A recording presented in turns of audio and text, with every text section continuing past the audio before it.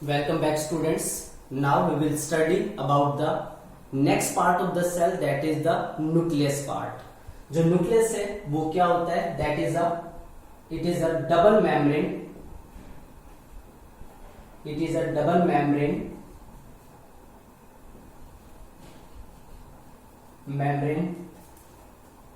organelle of this cell. ये double membrane bound organelle होती है सेल की. एक्चुअल में ज्यादातर जगह पे इसको ऑर्गेनली कंसीडर या मेंशन नहीं किया जाता, स्पेशली न्यूक्लियस इसको बोला जाता है. लेकिन ये डबल मेम्ब्रेन बाउंड स्ट्रक्चर होता है जो साइटोप्लाज्म के अंदर ही प्रेजेंट होता है. यानी कि प्रोटोप्लाज्म जो पार्ट है सेल मेम्ब्रेन के अंदर, जितना भी लिविंग सब्सटेंस है उसको हम प्रोटोप्लाज्म बोलते हैं. उसको दो हिस्सों में डिफरेंशिएट करते हैं, साइटोप्लाज्म एंड न्यूक्लियस.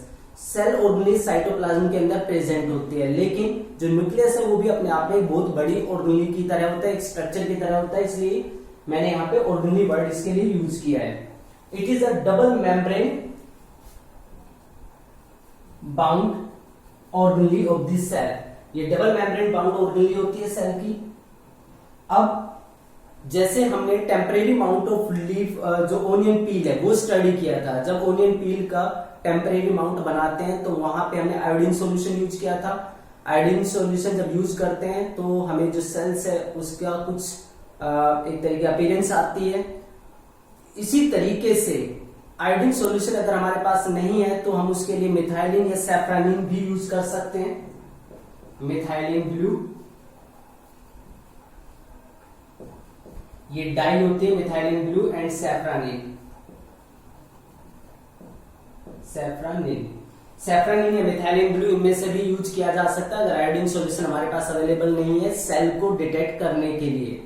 लेकिन जब भी हम इन केमिकल्स को यूज करते हैं सेल को स्टेन करने के लिए, कलर प्रोवाइड करने के लिए, क्योंकि कलरलेस सेल्स के अंदर हमें कुछ भी दिखाई नहीं देता, उसकी जो रिफ्रैक्टिव इंडेक्स है या जो उसकी अपीयरेंस है बिल्कुल नॉर्मल दिखाई देती है, हम कुछ भी ऑब्जर्व ही नहीं कर पाते, इसलिए स्टेन करना पड़ता है.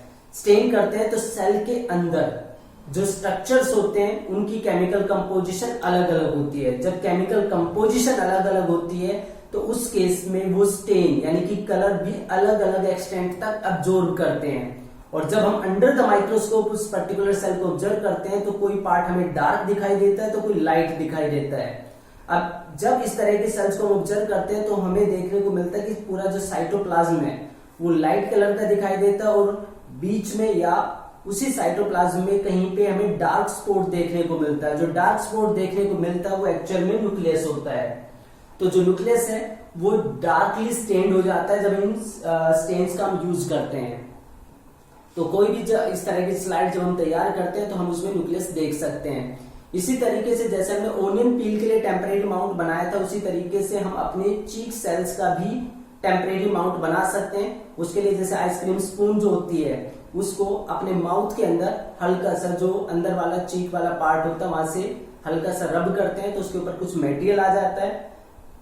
नीडल की हेल्प से उसको जो ग्लास स्लाइड है उसके ऊपर ट्रांसफर करके और सैफ्रानिन या मिथाइलिन ब्लू जनरली यूज किया जाता है, उसको डाल के और हम उन सेल को ऑब्जर्व कर सकते हैं. वहां पे हमें सेल्स की शेप अलग अलग दिखाई देगी, ओनियन पील से अलग होगी, लेकिन न्यूक्लियस वहां पे भी देखने को मिलेगा. तो न्यूक्लियस एक डार्कली स्टेन्ड बॉडीज की फॉर्म में टेम्परेरी माउंट में देखने को मिलता है.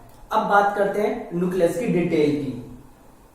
जो न्यूक्लियस है सबसे पहले इसके नंबर की बात करते हैं कि एक सेल के अंदर जो न्यूक्लियस है क्या हमेशा प्रेजेंट होता है, और प्रेजेंट होता है तो क्या ये सिंगल होता है, डबल होता है. Nucleus that is the number.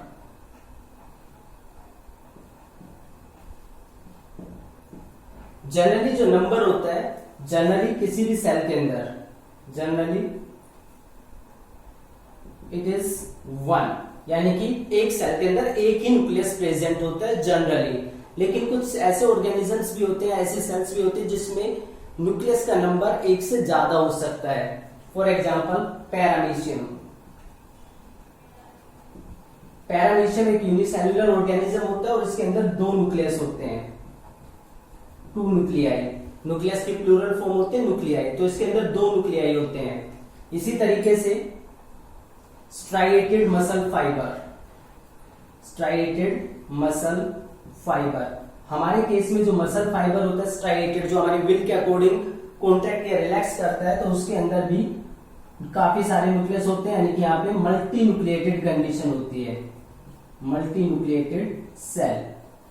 ये मल्टी न्यूक्लिएटेड सेल है मींस कई सारे न्यूक्लियस उसके अंदर प्रेजेंट होते हैं। तो जनरली तो एक न्यूक्लियस होता है, लेकिन एक से ज्यादा भी हो सकते हैं, डिपेंड करता है कि उस पर्टिकुलर सेल को क्या वर्क करना है, किस तरीके से उसमें कंट्रोलिंग हो रही है। एक न्यूक्लियस या एक से ज्यादा होने के अलावा कुछ ऐसे सेल्स भी होते हैं जिसमें न्यूक्लियस एब्सेंट होता है। For example mature RBCs, mature RBC जो हमारी होती है, हमारे केस में जो रेड ब्लड सेल्स हैं उनके अंदर कोई न्यूक्लियस नहीं होता, नो न्यूक्लियस। इसी तरीके से प्लांट के अंदर सिव ट्यूब एलिमेंट्स होता है, सिव ट्यूब एलिमेंट्स, नो न्यूक्लियस, उसके अंदर भी कोई न्यूक्लियस नहीं होता। तो कुछ सेल के अंदर न्यूक्लियस एब्सेंट भी हो सकता है, जिनके अंदर न्यूक्लियस नहीं होता वो सेल लंबे टाइम तक सर्वाइव नहीं कर पाते, वो जल्दी डाई हो जाती हैं, और उनके अंदर न्यूक्लियस का लॉस होना एक स्पेशल फंक्शन से रिलेट करता है। तो न्यूक्लियस का नंबर 1 भी हो सकता है और 1 से ज्यादा भी हो सकता है, और हो सकता है कुछ केस में वो एब्सेंट भी हो जाए।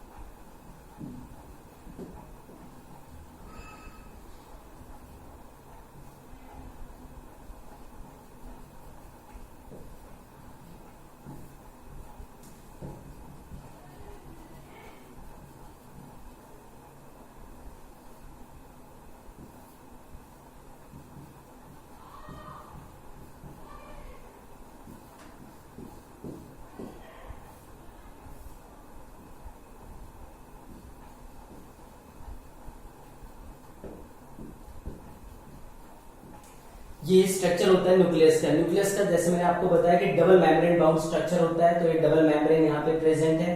हम इसको डिफरेंशिएट कर लेते हैं स्ट्रक्चर के हिसाब से। न्यूक्लियस के स्ट्रक्चर को हम 3 पार्ट्स या 4 पार्ट्स के अंदर डिफरेंशिएट कर सकते हैं। जैसे फर्स्ट पार्ट हो जाएगा न्यूक्लियर एनवेलप, न्यूक्लियर एनवेलप्स या envelope. Second nucleoplasm,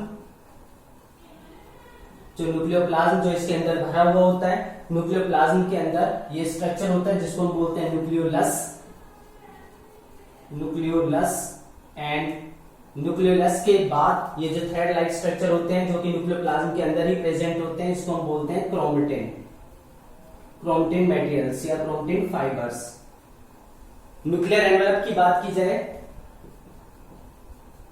nuclear envelope, nuclear envelope की बात की जाए तो यहाँ पे डबल मेम्ब्रेन है, outer membrane and inner membrane. अब यहाँ पे तो आपको ऐसा दिख रहा होगा कि जो ये पार्ट है बिल्कुल कॉन्टिन्यूस होता है, लेकिन एक्चुअल में नहीं होता ऐसा।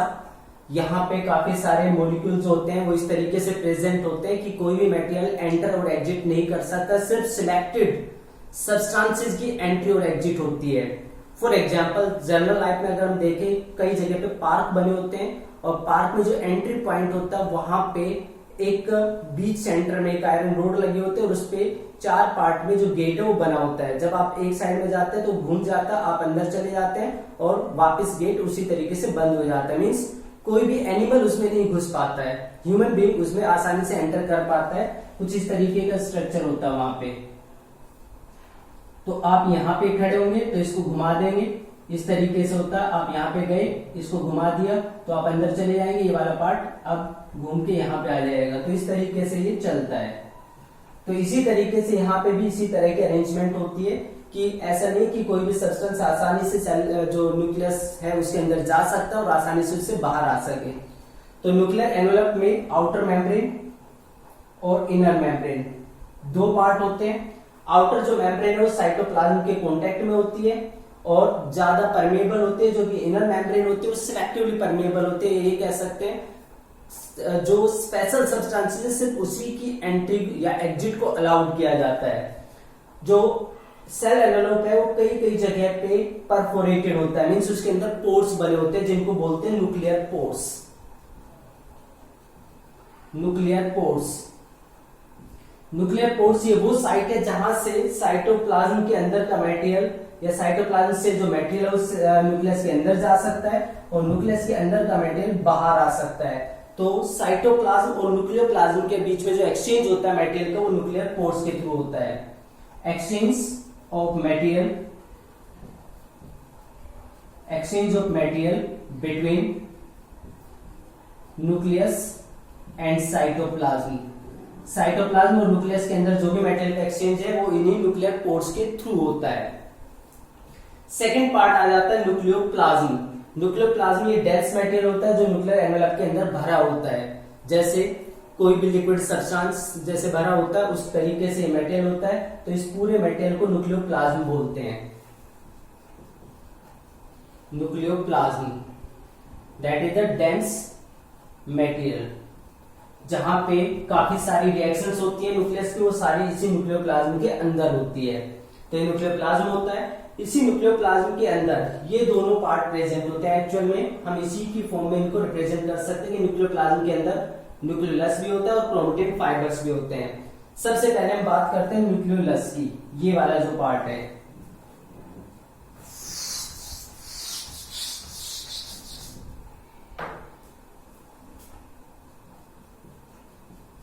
Nucleolus, nucleolus that is about spherical structure. ये स्फेरिकल स्ट्रक्चर होता है।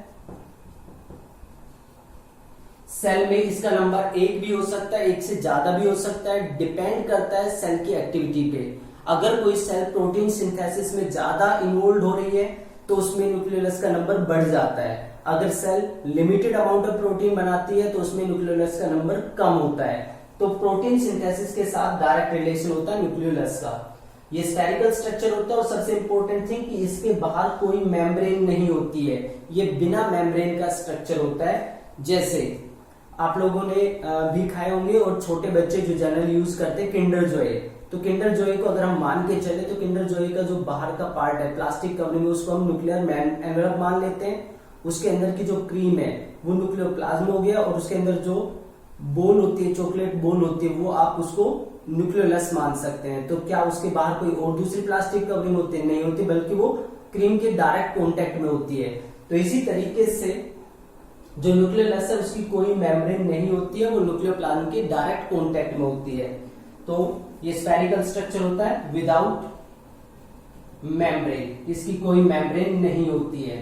अब न्यूक्लियोलस का काम क्या होता है? न्यूक्लियोलस जनरली राइबोसोम सिंथेसिस के लिए रेस्पॉन्सिबल होता है, responsible for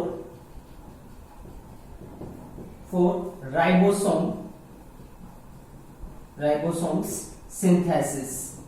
ribosome synthesis means ribosome क्या होती है? Protein factories of the cell. Cell के अंदर जितनी भी प्रोटीन्स बनती है वो राइबोसोम की वजह से बनती है। राइबोसोम को कौन बनाता है? न्यूक्लियोलस। तो न्यूक्लियोलस का डायरेक्ट रिलेशन होता है प्रोटीन सिंथेसिस के साथ। इसलिए एक सेल अगर ज्यादा प्रोटीन बनाते हैं तो उसके अंदर नंबर ऑफ न्यूक्लियोलस भी ज्यादा होंगे। तो ये न्यूक्लियोलस हो गया। Next and important part is the chromatin fibres.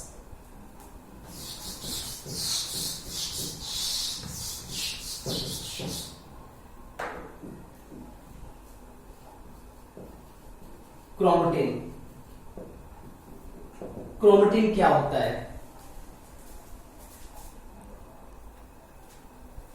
Chromatin that is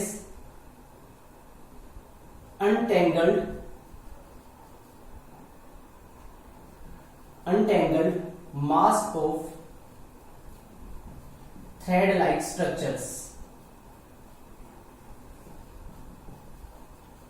Untangled mass of thread-like structures. Untangled मतलब उलझे हुए, mass of thread like structure, जैसे धागे होते हैं, बहुत सारे छोटे छोटे धागों को कट करके और हम एक जगह पर डालते हैं तो वो आपस में उलझ जाते हैं। तो ऐसे उलझे हुए जो मास होता है थ्रेड लाइक स्ट्रक्चर्स का, उसको हम बोलते हैं क्रोमेटिन फाइबर्स या क्रोमेटिन्स। न्यूक्लियस के अंदर ये प्रेजेंट होते हैं और क्रोमेटिन कब एक तरीके से डिटेक्ट होते हैं, जब सेल डिवाइड नहीं कर रही होती है, यानी कि नॉन डिवाइडिंग सेल्स के अंदर ही प्रेजेंट होते हैं। In non dividing cells, non dividing cells के अंदर क्रोमैटिन फाइबर्स प्रेजेंट होते हैं। लेकिन जब एक सेल को डिवाइड करना होता है, एक सेल को सिग्नल मिलता है कि उसको डिवीजन करना होता है, तो ये जो अनटेंगल्ड मास है थ्रेड का या क्रोमैटिन जो फाइबर से कंडेंस हो जाते हैं। कंडेंस मतलब काफी ज्यादा, जैसे लेंथ होती है, लेंथ को अगर हम फॉर एग्जांपल कोई स्प्रिंग है हमारे पास, काफी बड़ा स्प्रिंग है, उसको प्रेस करें तो बिल्कुल छोटा हो जाता है, तो ऐसे जो क्रोमैटिन फाइबर्स है वो कंडेंस होकर छोटे हो जाते हैं, जिसको बोलते हैं क्रोमोसोम्स।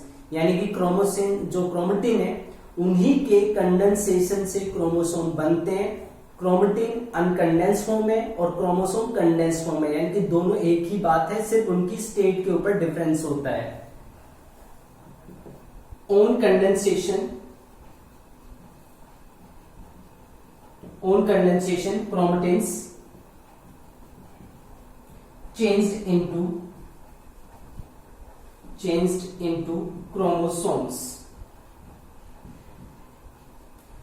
कंडेंसेशन के बाद जो क्रोमैटिन्स है वो अपने आप को क्रोमोसोम में चेंज कर लेते हैं। जैसे अगर ये हमारे पास एक क्रोमैटिन है, तो जब कंडेंसेशन होता है तो कंडेंसेशन होने के बाद ये पूरा स्ट्रक्चर काफी ज्यादा कंडेंस हो जाता है और तब इसको हम बोलते हैं क्रोमोसोम। क्रोमोसोम कब विजिबल होते हैं? That are visible only in a dividing cell। जब एक सेल डिवाइड करने वाली होती है तभी क्रोमोसोम बनते हैं, अदरवाइज वो क्रोमैटिन की फॉर्म में ही प्रेजेंट होते हैं। सो इन डिवाइडिंग सेल के अंदर ही क्रोमोसोम को ऑब्जर्व किया जा सकता है। तो ये एक इंपॉर्टेंट फीचर है इसका। दूसरा, जो क्रोमोसोम्स है उसकी कंपोजिशन क्या होती है? क्रोमोसोम या क्रोमैटिन किस मटेरियल से बना होता है? तो क्रोमोसोम डीएनए प्लस प्रोटीन से बना होता है।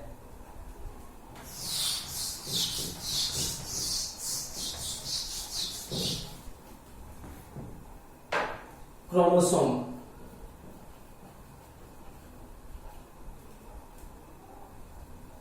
That is made up of DNA plus protein. DNA और प्रोटीन से बना होता है और डीएनए के अंदर वो सारी इंफॉर्मेशन होती है जो पेरेंटल कैरेक्टर्स को ऑफस्प्रिंग के अंदर यानी कि न्यू जनरेशन में लेके जाती है। Transmit parental characters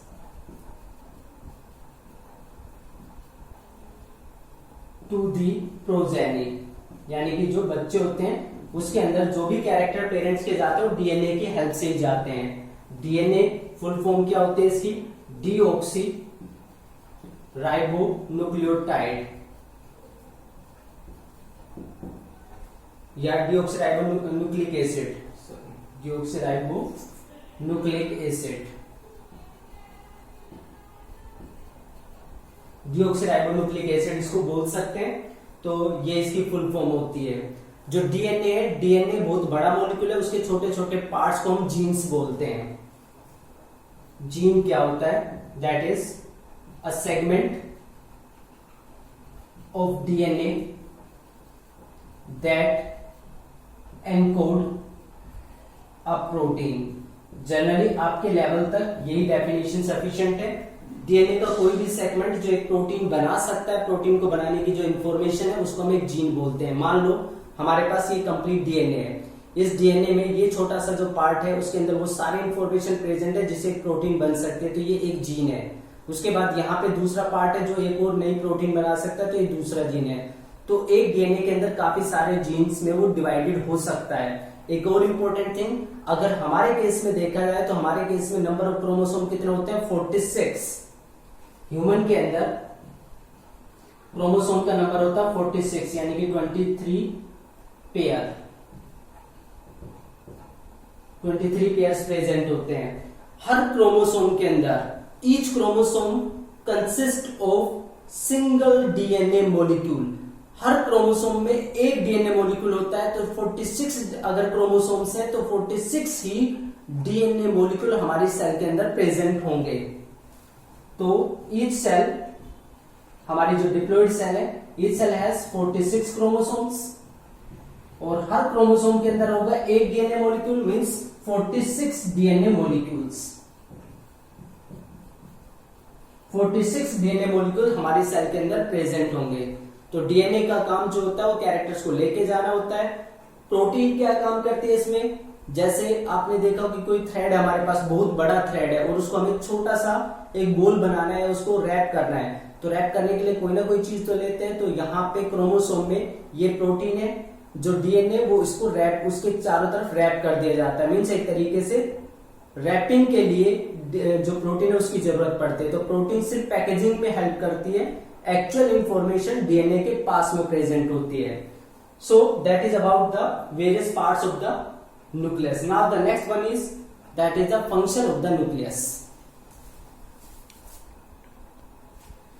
Now that is the functions of the nucleus. What are the various functions performed by the nucleus? First, it controls cell reproduction and cell division.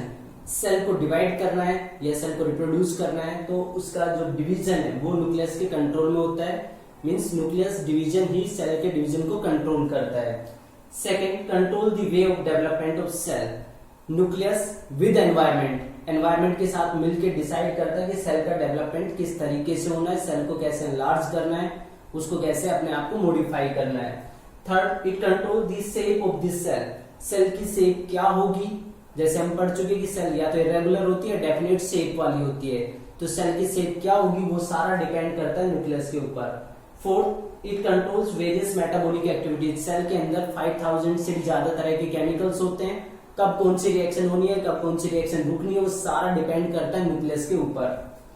इसके अलावा कुछ ऐसी सेल्स भी होती है जिसके अंदर न्यूक्लियस नहीं होता। Undefined nuclear region present in some cells called nucleoid. Generally एक सेल के अंदर साइटोप्लाज्म के बीचों बीच जनरली एक मेम्ब्रेन बाउंड स्ट्रक्चर होता है जिसके अंदर ये सारी चीजें प्रेजेंट होती हैं, जिसको हम न्यूक्लियस बोलते हैं। लेकिन कुछ ऐसे सेल्स भी होते हैं जिसमें ये मेम्ब्रेन नहीं होती और जो भी मेटेरियल होता है वो मेटेरियल बिना मेम्ब्रेन के प्रेजेंट होता है। तो ऐसे रीजन को जहां पे न्यूक्लियर मेटेरियल प्रेजेंट होता है उसको बोलते हैं न्यूक्लियोइड। न्यूक्लियोइड कहां पे प्रेजेंट होता है, प्रोकैरियोटिक सेल्स के अंदर। प्रो का मतलब होता है एंशियंट, कैरियन का मतलब होता है न्यूक्लियस। प्रो मतलब एंशियंट यानी कि सबसे पहले जो बनी थी सेल्स, और कैरियन का मतलब होता है न्यूक्लियस। एंशियंट न्यूक्लियस, इनके अंदर एंशियंट न्यूक्लियस इनको बोला जाता है, यानी कि सबसे पहले अर्थ के ऊपर जो सेल बनी थी वो प्रोकैरियोटिक सेल ही बनी थी, इसलिए उनका न्यूक्लियस बिना मेम्ब्रेन के प्रेजेंट था। इसके अलावा इन सेल के अंदर दूसरी सेल ऑर्गेनेल्स भी एब्सेंट होती है, जैसे mitochondria, Golgi apparatus, endoplasmic reticulum, इस सभी तरह की सारी ऑर्गेनेल्स एब्सेंट होती है। तो इनको हम प्रोकैरियोटिक सेल बोलते हैं। और जिसमें वेल डिफाइंड न्यूक्लियस प्रेजेंट होता है, मेम्ब्रेन बाउंड ऑर्गेनेल्स प्रेजेंट होती है, उनको हम बोलते हैं eukaryotic cell. So that is all about the nucleus part.